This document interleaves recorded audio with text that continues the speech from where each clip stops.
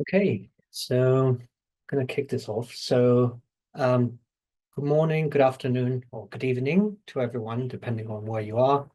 Welcome to the Oxford-Smith School of Enterprise and Environment webinar on navigating legal risks and opportunities of climate change. My name is Giovanni. I am the head of executive education and research associate in sustainable cooling at the Oxford-Smith School. So here at the Smith School, our mission is to shape the green transition to achieve net zero emissions and sustainable development, transforming economies and governance to ensure people and nature both thrive together. Our approach mainly combines academic excellence with a deep understanding of real-world impact. Through solution-focused research and teaching, and by bringing enterprise into the conversation, we can build this cleaner, fairer, and more prosperous future. Our executive education programs empower leaders and policymakers to take action. And today, I'm delighted to be joined by Thom Wetzer and Rupert Stuart-Smith, leading experts in climate change law. Thom is the founding director of the Sustainable Law Program at the Smith School and associate professor of law and finance here at the University of Oxford. Rupert is a senior research associate in climate science and the law at the Oxford Sustainable Law Program at the Smith School as well.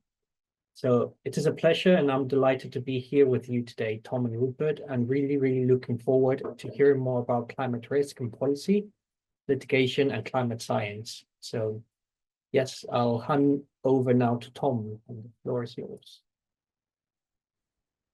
Well, thank you very much, Giovanni, and a warm welcome from me too to all the people who are joining us online and who will be watching this later on. As Giovanni said, my name is Thom Wetzer. I'm an associate professor of law and finance, and I lead the Oxford Sustainable Law Program. And together with Rupert, I will also be chairing this particular executive education course. Now, we've called this course Navigating Legal Risk and Opportunity of Climate Change. And we've called it that way for a reason, because we think it's the risk angle on legal actions in the context of climate change that is really very relevant right now for decision makers in the public, the private, and the NGO sector. So just to give you a flavor of the context against which this course inevitably takes place, it's a context of legal disruption. So the climate change debate has never been taking place in a straight line, but of course, recently, that line towards climate action has really started to go awry in various parts of the world. And irrespective of what your view is on climate change, what is clear is that the legal developments in different parts of the world are now diverging to some degree, and that creates a legal playing field that is very complex to maneuver, and it's also very complex to influence, if that would be your angle. The one thing, though, that we can't deny, irrespective again of what our political views may be, is that the law in the context of climate change now matters a lot. It matters because legal actions can undo climate action or they can make climate action work. The withdrawal of the US from the Paris Agreement, for example, really changes the global governance of climate action. But at the same time, other countries within the EU, many countries within Asia, are stepping forward to firm up their legal commitment to take climate action. So again, we have a fragmented playing field globally. And within that fragmented playing field, one thing that commentators from all sides have acknowledged is that the role of climate litigation is going to be much more important than it has been over the past, say, 5 to 10 years, or I should really say even more important. And why is that? Well, in a context that is characterized by contestation around what kind of climate action is appropriate or even legal, you see that contestation play out not just in the legislative branch, not just within the private sector, but also when parties really can't agree in the courts. And so it is parties from all sides, parties who favor climate action, parties who favor reducing the speed of climate action, they now acknowledge that litigation and other legal forms of interventions have become really very important to shaping the outcomes that we're going to see. And the lens that we then take within this course is a lens that looks at climate change and climate-related legal actions as a financial risk. And to appreciate how we're going to approach that, you should first know that climate risk is now its own distinct category of financial risk in the minds of many. So how do people think about climate risk? Well, commonly they differentiate between two types of climate risks: the physical risks that are associated with climate change, risks arising from, say, more extreme weather events or more secular changes like rising sea levels. And also the second category of climate change risks are transition risks, the risks arising from the process of adjustment towards a low carbon economy. And traditionally, people will think about physical and transition risks as being inevitable in some combination. So either we take a lot of rapid climate change mitigation action right now to bring down emissions, in which case we'll see a lot of transition risk, but we may see less physical risks. Or we do not take action right now. We reduce, therefore, transition risks in our economy, but over time, the physical risks associated with climate change will get out of control. That's the traditional view of climate change as legal risk. Now, if you take that view and you want to figure out what kind of risks is my company running, what kind of risks do I find in my investment portfolio, then the thing that you tend to do is you look at asset level risks. So for example, is my oil field going to become a stranded asset, or is my coal-fired power plant having to be shut down? And then you look at the financial costs associated with that type of climate risk materializing, and you ask yourself, who owns this particular asset? Is it a company, say, based in the Netherlands? Is it a company based in the UK? And if it's a company, then who ends up really carrying that risk? Is it perhaps the shareholder who might be based somewhere else again around the world? And so that's how we move from understanding climate risk exposure at the asset level towards understanding climate risk exposure at the level of investors. Now, that's a pretty good story, and it is a story that has a lot of impact now on financial decision making around the world. But it's not a story that's complete, because it leaves out this important component, which is that climate litigation is on the rise globally. As I said before, it's been important over the past, say, 10 years, and you can see that here represented on the slide, with climate litigation growing very rapidly in jurisdictions around the world. And it's probably going to be more important going forward, again, because of that heightened sense of contestation around what appropriate climate action looks like and who is responsible for it. And so if we look at this rising tide of climate litigation, we should wonder not just how many cases are filed, which is what this figure focuses on, but we should really look a little bit deeper and ask ourselves, is this a kind of legal action that has a meaningful impact on the parties that are sued, be they governments, companies, NGOs, or other parties?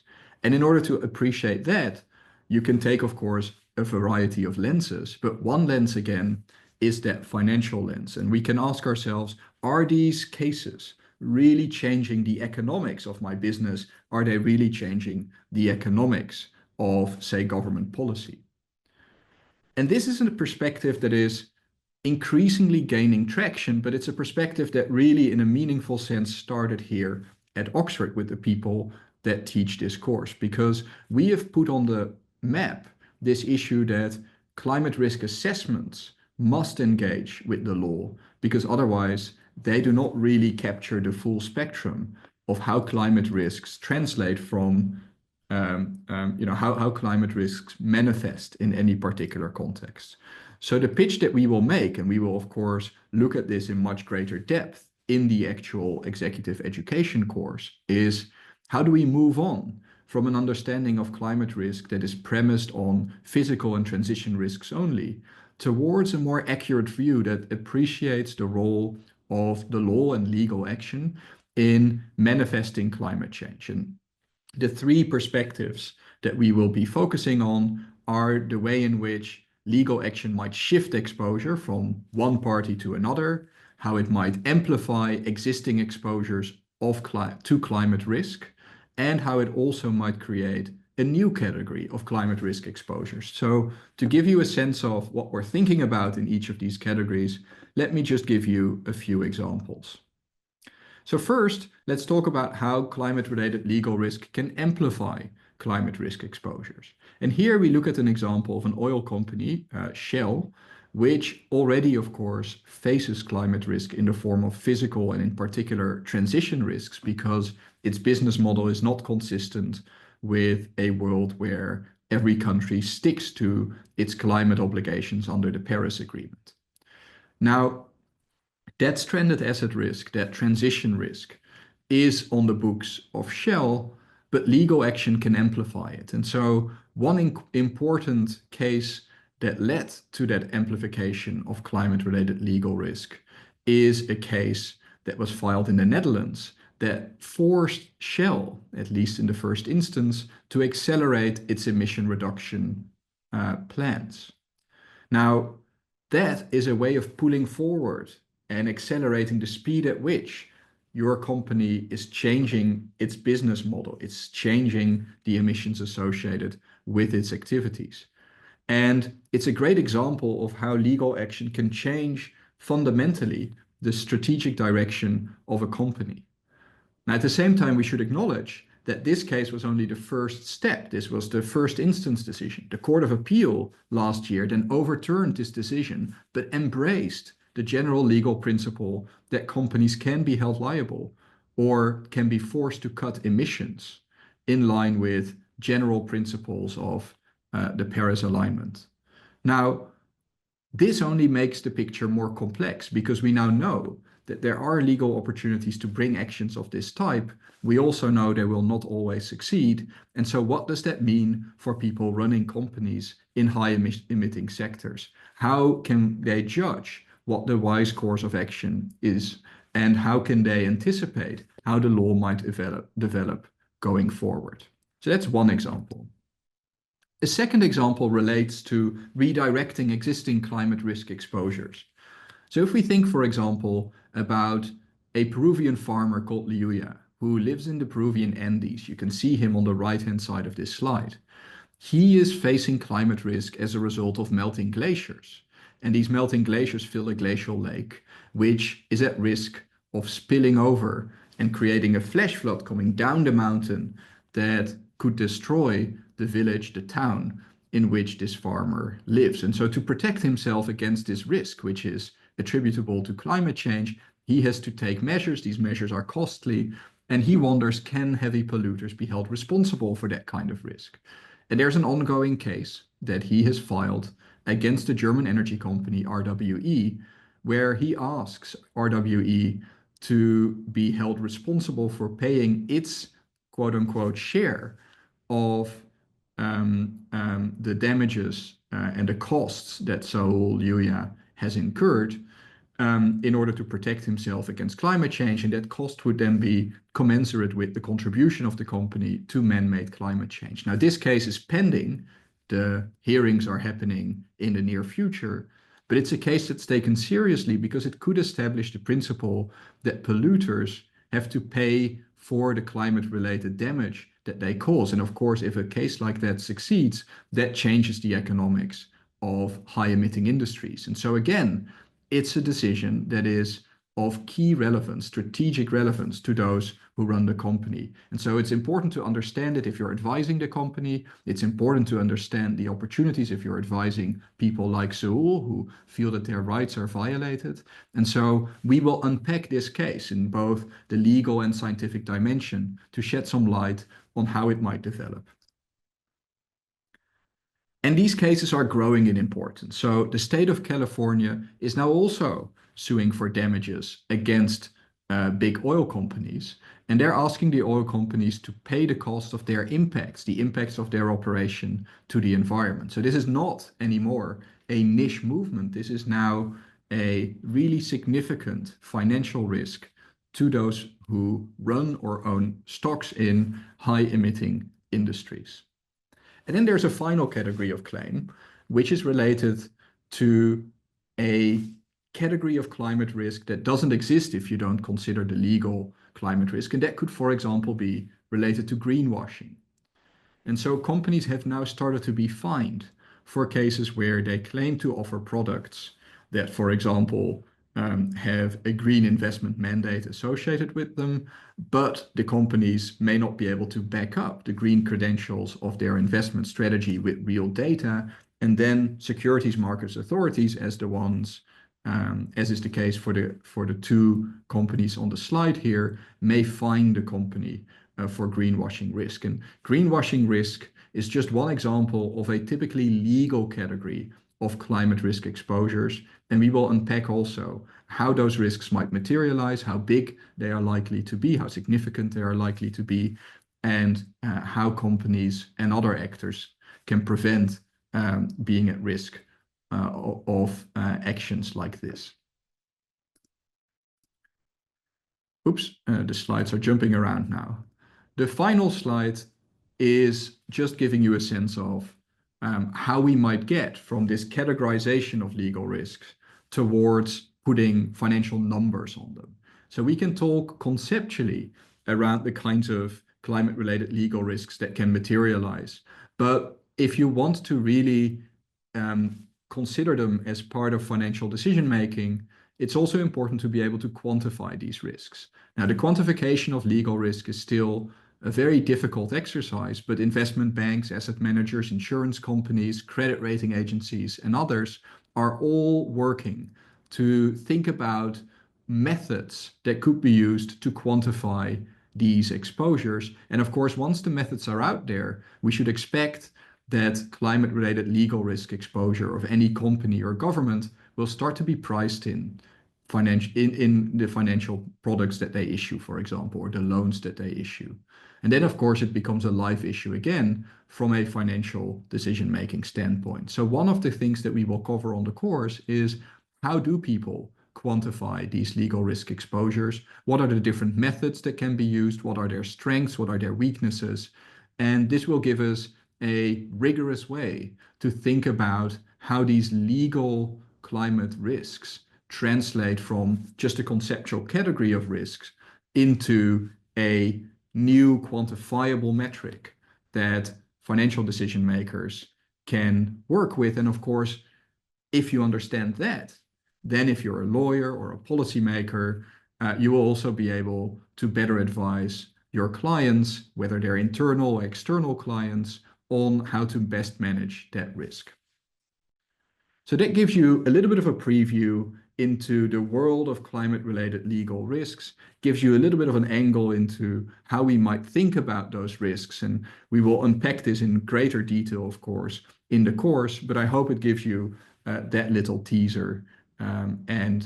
If you have any questions about this, I'd be very happy to answer them towards the end of this webinar. Now, however, I will hand over to my colleague, Rupert Stuart-Smith, who will talk about another perspective, another distinctive lens that we take when we teach these issues, which is the interaction between legal dimensions and scientific dimensions. Rupert, over to you. Good afternoon, and thank you very much, Thom, for that. Across the last 15 or so minutes, Thom has introduced to you the nature of climate-related legal risk, how changes in the way climate change is approached legally may affect the financial risk to which firms are exposed. But to understand the nature of both corporate and state obligations in the context of climate change, and also to understand the potential financial risks to which they are exposed, a good, clear-sighted understanding of the science is essential. Scientific information underpins corporate and state climate obligations it provides the fundamental basis for interpreting the law. And that is very much the spirit with which we teach this course. To understand legal obligations, you need to understand simultaneously science and the law. In the last decade or so, we've seen major developments in climate science that have clarified the obligations that states and companies have in the context of climate change. Three key developments are those that I'll talk you through right now. Climate change attribution science is the branch of climate science that allows us to say to what extent are certain weather events or other changes in the world that we see happening the result of human greenhouse gas emissions. Are these storms, floods, droughts, heat waves caused by climate change? And if so, to what extent? Scientific developments in recent years allow us to answer these questions with growing precision. We can also not only quantify the contribution that climate change as a whole makes to climate change impacts, but we're also able to assess the contribution that individual emitters of greenhouse gases, be they states or be they companies, have made to these highly impactful events we see occurring around the world. Improving the extent to which climate change is responsible for humanitarian consequences, such as impacts on health or heat-related deaths, or in demonstrating the economic losses caused by climate change, attribution science provides an increasingly strong factual basis for evaluating causation claims in climate lawsuits. That is, the extent to which certain entities, defendant entities, such as fossil fuel companies or other carbon majors, are responsible for causing the impacts that claimants are suffering. Attribution science allows us to know what the impacts of climate change that are already occurring in fact are.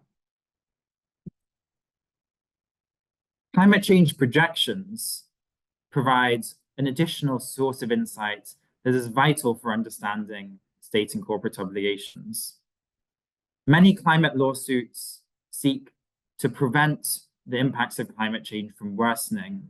They argue that states or corporates need to cut their emissions more rapidly than they plan to do so, and that these more rapid emissions cuts would avoid certain harms. But what are those harms?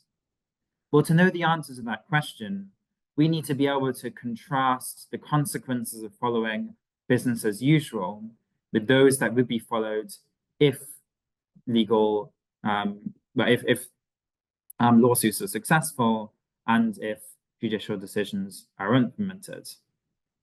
Climate change projections allow us to understand the magnitude of climate change impacts and how they will materialize around the world under different future scenarios with different amounts of greenhouse gas emissions into the atmosphere, and also a range of other different factors, such as the implementation of adaptation measures that would prevent the continued increase of climate change impacts at further warming levels.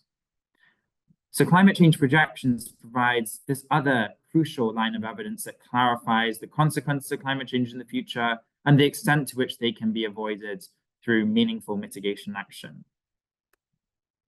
But how fast must emissions be cut if we're going to meet legal obligations? This third area of climate science, mitigation science, is also crucial to the cases being brought to court around the world. Claims being made, like the one that Thom referenced against Shell, and more broadly against governments, arguing that they need to cut their emissions more rapidly than they plan to do so if they're going to meet legal obligations that may stem from the Paris Agreement or from domestic law. But how fast do states need to cut their emissions? Well, mitigation science provides us with some of the answers to those questions. Mitigation modeling allows us to understand the rate at which emissions must fall if certain climate change targets are to be achieved. It tells us that to stabilize temperatures, CO2 emissions must fall to net zero, and the rate at which they do will determine how much further warming we get. But mitigation modeling provides a useful insight also into some of the complexity of using science in interpreting legal obligations.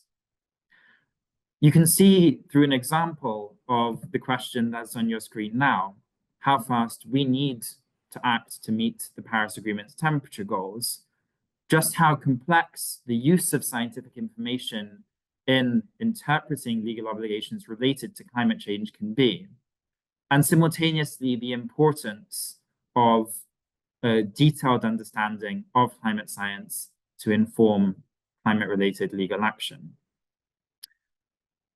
In response to this question, interpret we either as a company or a country? How fast do states, how fast do corporates need to cut their emissions to meet the Paris Agreement's temperature goals? An obvious starting point might be to open an IPCC report. If you open an IPCC report, that is a report from the Intergovernmental Panel on Climate Change, the world's authoritative body on climate science, you'd see some figures like those on the screen in front of you. Global warming has reached about 1.3 degrees centigrade above pre-industrial levels and continues rapidly. In the last decade alone, temperatures rose by about 1/5 of a degree. In other words, limiting warming to 1.5 degrees centigrade means we have a rapidly closing window of time in which to act. But while this seems to provide a fairly unambiguous requirement in terms of what action needs to look like in the context of climate change, if you flick through this IPCC report, you end up looking at a figure that looks a bit like the one on the screen in front of you now. What you see is that mitigation pathways, those are the pathways for future emissions consistent with limiting warming to a certain level, such as 1.5 degrees. Well, there's a big variety in them. There are pathways in which emissions are cut very rapidly. Emissions rapidly are reduced to net zero, and temperatures are always held to around about 1.5 degrees above pre-industrial levels. Then there are other pathways in which mitigation action is postponed. Mitigation action is not meaningfully taken this decade, and the consequence of that is that emissions must subsequently fall very rapidly, but not to net zero. Rather, substantial amounts of carbon subsequently have to be removed from the atmosphere because temperatures have risen above 1.5 degrees.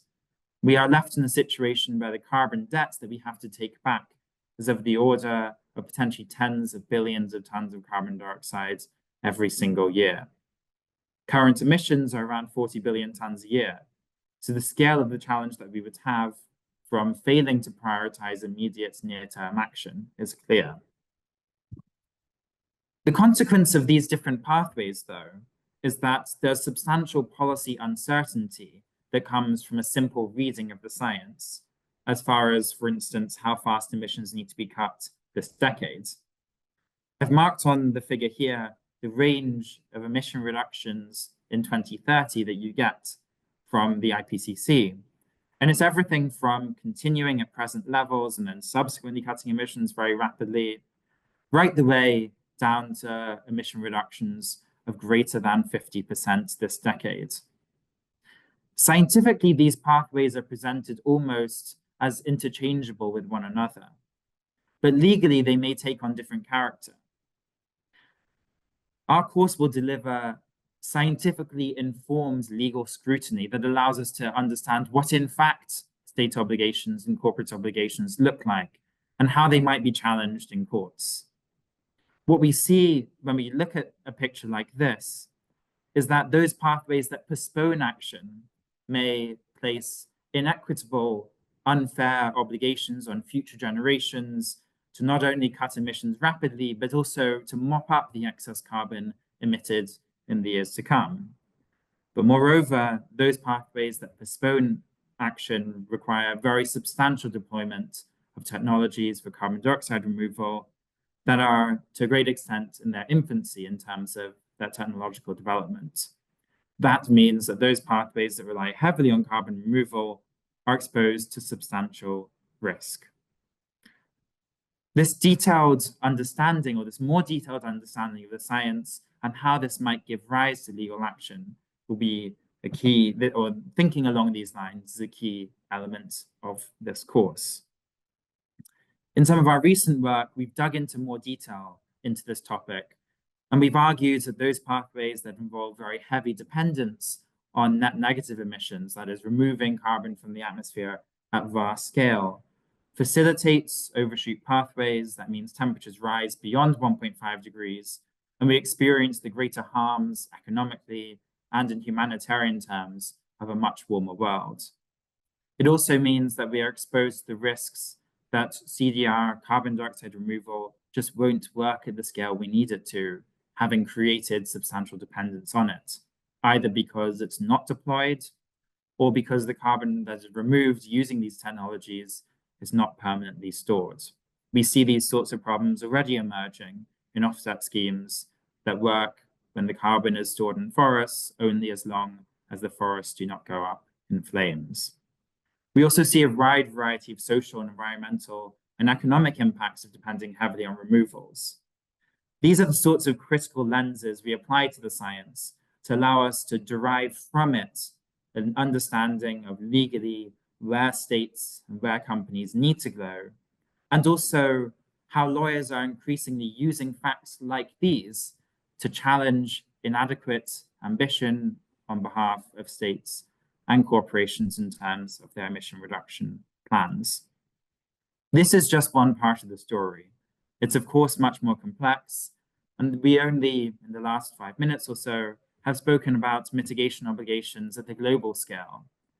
When you then subsequently look at what this means for the pathways that individual countries or companies would need to follow and how it's differentiated based on sectors, how it's differentiated based on levels of development, we see a much more complex story.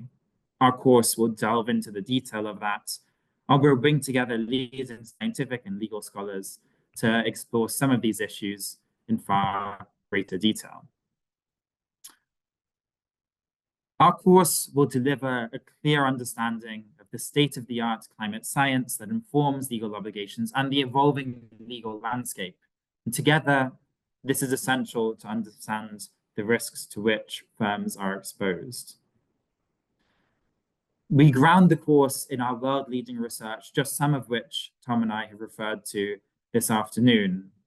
And in September 2025, we're delighted to bring together a new group of senior practitioners from a range of different industries from around the world here in Oxford for the 3 days that we've organized our course. The course will build on last year's successful running and equip participants to anticipate how climate-related legal action will emerge and develop in future, the consequences that will entail in terms of the financial risk to which firms are exposed, and also equip lawyers and other practitioners to thrive in a world in which climate economics, policy, and law are increasingly interlinked, in which understanding both the science and the law together are essential for understanding how business can thrive in a changing and complex world. The lineup of speakers that we've assembled include leading Oxford academics from fields as diverse as law, economics, climate science, the history of science, and more. We bring together also legal practitioners involved in some of the key cases filed against governments and corporations. The course will take place over 3 days that will focus on these key thematic issues in climate science and law. On the first day, we'll work with Professor Lavanya Rajamani, one of the top international legal experts, a professor here and a colleague of ours at the University of Oxford, to understand the international legal context for climate change, for how climate change is governed legally. Thomas Hale will come as an expert in public policy and speak about the policy context in which legal action is being brought. And Sugandha Srivastav will bring an economic perspective on how we understand climate change as an economic issue. Thom and I will respectively introduce some of the key concepts that will run across the course. focusing on the scientific and legal developments that inform corporate exposure to financial risk. Days 2 and day 3 will focus on some of the key themes of the program. Day 2 focuses on climate change mitigation. We'll look at what needs to be done if we're going to meet climate targets, what that means for corporate and state obligations, and how these issues are being addressed legally. We'll look at the potential for technological development to facilitate a rapid transition with Professor Cameron Hepburn, the former director of the Smith School of Enterprise and the Environment, and a senior professor here at Oxford on environmental economics. And we'll bring together a panel of practitioners who will bring us through a workshop exploring some of the key dynamics in mitigation-focused litigation and how that leads to legal risk. Day 3 will turn to the impacts of climate change. We'll look at how climate change impacts are understood scientifically and how these scientific developments are being used to ground legal claims around the world. Ben Franta, titular associate professor of climate litigation and a colleague of ours at the Sustainable Law Program, will speak about how the law is being used to hold corporates accountable for their contributions to climate change impacts. And we'll conclude by exploring different methods used for understanding the different elements of climate-related legal risks that Thom introduced earlier on in this seminar.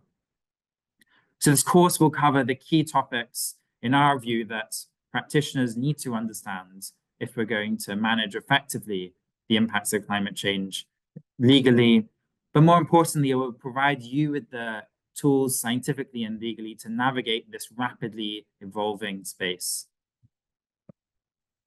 We'll do so in historic Oxford locations. We'll be based at Rhodes House, the home of the prestigious Rhodes Scholarship, which has state-of-the-art facilities for holding conferences of this type.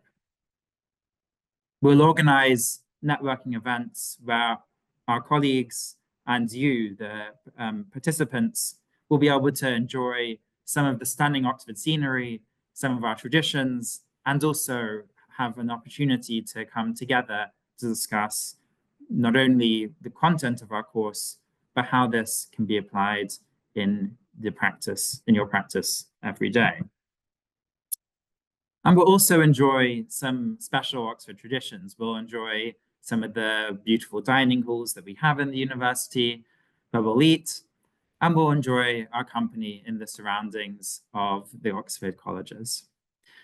What we want to produce is a setting in which senior professionals can receive information from the world leading experts in this field, and they can also enjoy a special moment at the university that we're so lucky to be able to share with you all. We're now ready to take your questions and happy to answer any that you have. But if you would not like to ask those questions right now, or if you'd like further information, please do visit our website, the link to which is on the screen and should be added in the chat as well. Or otherwise, send us an email at the email address that you can see on the screen in front of you here, and which I see Denise has kindly added also to the chat for your convenience. Anyway, thank you very much again for your participation. Thank you for joining us at this webinar. And I'll now hand back to Giovanni to take us through the question and answer session. Excellent. Thank you very much, Rupert and Thom, for such an informative presentation. This is definitely just a teaser or a taster of all the inspiring and exciting conversations that will happen in the course that we're talking about at the end of September this year. So now we want to open the floor for questions from the audience. So please submit your questions through the Q&A function in Zoom. We'll try to answer as many as possible in the time remaining. I see we already had a couple and they were answered as well. So perhaps I'll read them aloud, try to summarize this, synthesize them, and perhaps Thom and Rupert, you might want to chip in. So first question is from someone anonymous. So we are at the precipice of major insurers dropping a significant amount of property and casualty clients and seeing a significant amount of property owners defaulting on their loans because of loss of insurance. How do we make sure that the average taxpayer doesn't end up paying the bill when this happens, either via publicly subsidized reinsurance plan, bailing out the banks, or subsidizing those who suffer, the high climate risk areas? So I'm very happy, Giovanni, to speak to this. So I've shared a comment in the chat already, but the question is a very good one. So I just want to emphasize that again here. So one of the questions that many people have is, why do financial markets not price or seem not to be price? Why do they seemingly not price climate risk exposures? And one of the hypotheses that we will discuss on the course is that potentially the financial markets are pricing the risk correctly, but people, whether individuals or companies or governments, are partially insulated from the impacts of climate risk because, for example, they benefit from an implicit guarantee that, say, the government will step in case climate risk materializes, for example, in the form of floods or forest fires and other events that lead to damage to property. And so an important question for us is, first of all, how do insurance companies respond to these risks? And second, if insurance companies drop the clients, but governments keep providing an implicit insurance to people who are exposed to these risks, what might the moral hazard implication be? In other words, might people appreciate the fact that they get, in a sense, an unpriced insurance benefit, and therefore not take sufficient measures to adapt to the risks of climate change, in which case we're very likely to see two things happen. First, maladaptation to climate change throughout the economy, which means the damage associated with climate change risks will grow.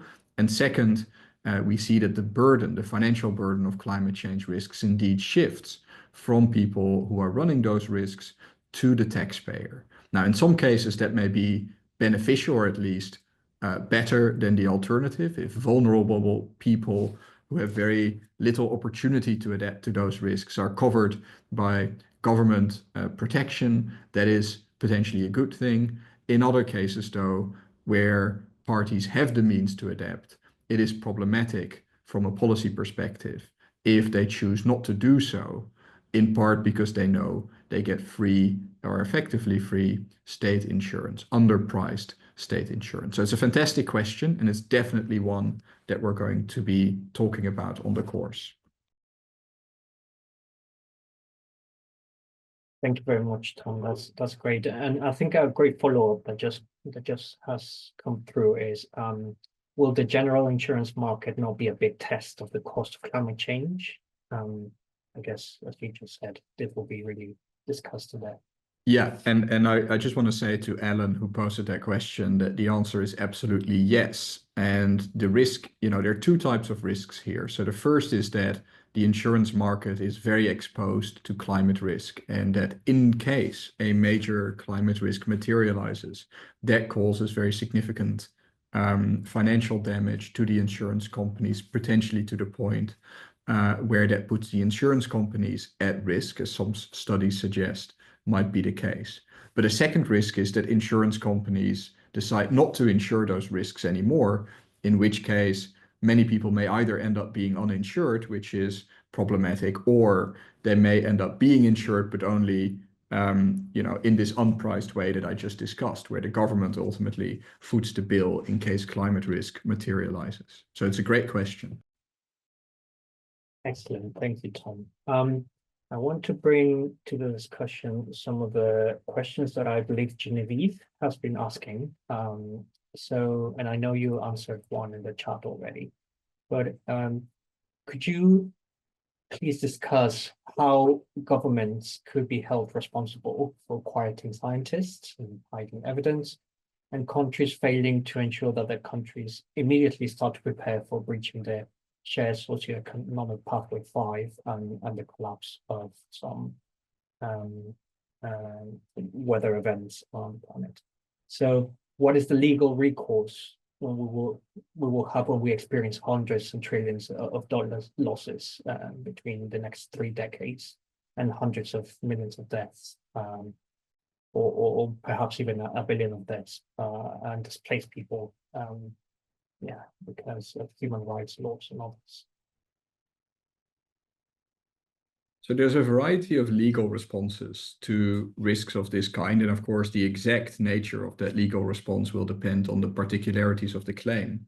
But there are a few that come to mind that we can discuss, and in many of those we will discuss on the course. So the first is, are the people who are responsible for, or who are considered to be legally responsible for creating some of the climate risk that would then manifest, are they potentially held liable for that risk in a financial sense? And in the corporate context, we've talked about this briefly when we mentioned the case that Liuya, the Peruvian farmer, is fielding against the German utility company RWE, and also when we mentioned the case that California is preparing against big oil companies. And in both cases, these are damages cases.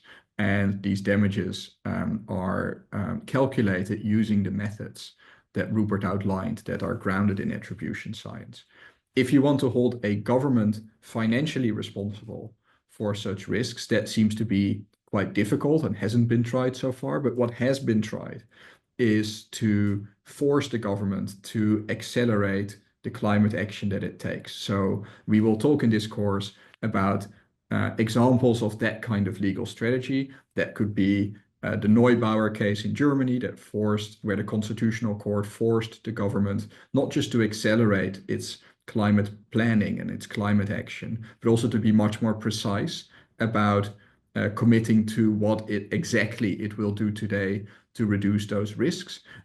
Other cases like Urgenda against the Dutch government have had a similar impact. So these are cases where there's a recognition that governments have human rights obligations, that these human rights could be adversely affected by climate change, and that therefore governments have an obligation to act to prevent that climate change impact from materializing. Now, of course, there's a way wider range of cases that we could be thinking about in the context of this question.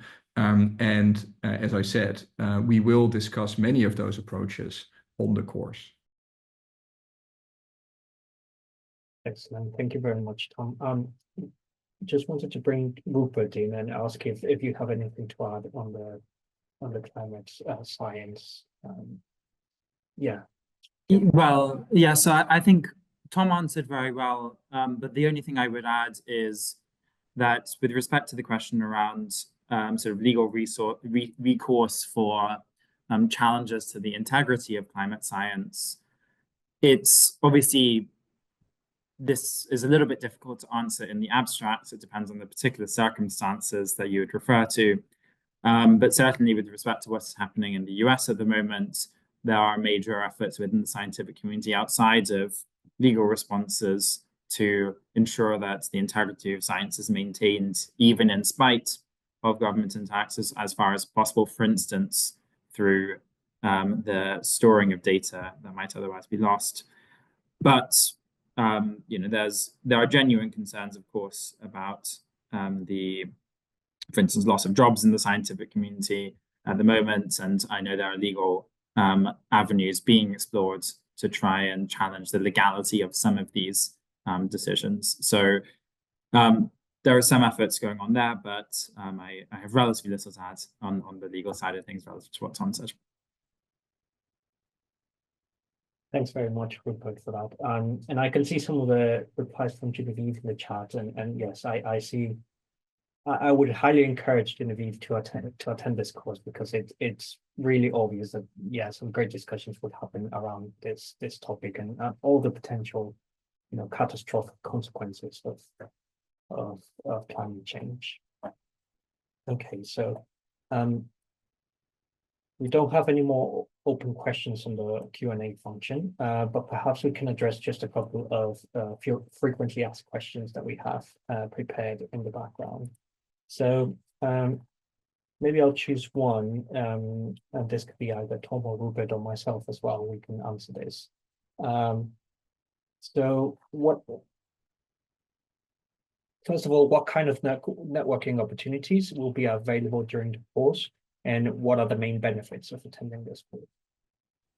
Yeah, thank you, Giovanni. I'm happy to speak to that. So Rupert already shared some background on how we view this. So the course is obviously a very important opportunity for you to learn from Oxford academics. But if this course is anywhere near as well attended as last year's course, you will also find that the other participants are really sharing a wealth of expertise. And that's expertise that comes from across the world and from different parts of society. So that can be public prosecutors, that can be commercial lawyers, that can be government employees and people working at, say, securities regulation authorities. And we try to curate a group of people that brings really interesting perspectives to the table. And that's why we think it's very important that we offer plenty of opportunity for all participants to also get to know each other. And as Rupert said, we'll do that in the traditional Oxford fashion. Oxford is traditionally very, very good at making sure that people exchange views. And we do this through the dinners, the traditional Oxford dinners that will be part of the course. We'll do this, of course, through the way we teach, which is a very interactive teaching format where we give lots of opportunity to participants to engage and share their expertise and share their views, and where these views may diverge, also to enter into very constructive debates. So this is really a course where you should expect to learn not just from the people on the faculty, but also, and perhaps critically, from the other participants. And throughout the course, from the teaching to the socials, we make sure that there is a wealth of opportunity to build these relationships. And just to illustrate what that means in terms of cohort building, the cohort from the 2024 class, which was the first time that we ran this course, is still in touch. They're in touch with each other. They are in touch with us. They have set up joint projects with each other. They've set up new networks between lawyers across different continents. And that's exactly the kind of networking benefit that we think is very important in this course. Thank you, Thom. And to add to that is, I would like to say that that cohort was really, really diverse in terms of seniority, of nationalities, of expertise, of perspectives, of age and gender and so on. So that really brought great value to live conversations and networking opportunities, as you just mentioned. So we're aiming to have the same this year. Definitely. Okay. Perhaps there's one final question that just came on the Q&A, and perhaps we can wrap up after that. So someone is asking if you provide support for PhD students and yeah, and urban planning programs to support them with their doctoral research. Yeah, so as a program, as the Oxford Sustainable Law Program, we very actively work with people from across the university. So we kind of see ourselves, our group as almost like the law firm to every other area of expertise that relates to climate change. So we work with people who work on, say, cooling, and the building of cooling infrastructure in cities. We work with people who engage in rare earth mineral mining. We work with people who are focused on political science, on biodiversity risk, you name it. So we work extremely extensively with people from across the university. And the good news for this course is that we can therefore bring all that expertise also to bear in the way in which we teach. So as you will have seen when Rupert talked about this, we bring expertise from political science, from economics, from the physical sciences, and we combine that with our understanding of the law so that we get the most holistic perspective on how the law engages with, responds to, and can accelerate climate action. So it's a very good question. And again, it speaks to the approach that we're trying to develop on this course and more generally across the program that we run. Yeah. Okay, so perhaps it's conscious of time, we'll try to wrap up in 3 minutes or so. So thank you again, everyone, for joining us today. We hope this webinar has provided great insights into the critical issues surrounding climate change law. So for more information about the course and to apply for a place, please visit the links that have been posted on the chat and our website. Just to remind you that there is a 5% early bird discount available via the link in the chat as well for this webinar attendees and anyone who applies before the 1st of May of this year. Finally, the recording of this webinar will also be available on YouTube and will be shared with our mailing list shortly. And yeah, there's nothing else to say than thank you again, Rupert and Thom, for your expertise, for your time. Thank you for participants for attending today and those who will watch the recording later. And we are very much looking forward to continuing this great, exciting conversations at the end of September 2025 in the Navigating Legal Risks and Opportunities of Climate Change course that it's in person here in Oxford. Thank you, everyone. Thank you. Thank you, everyone.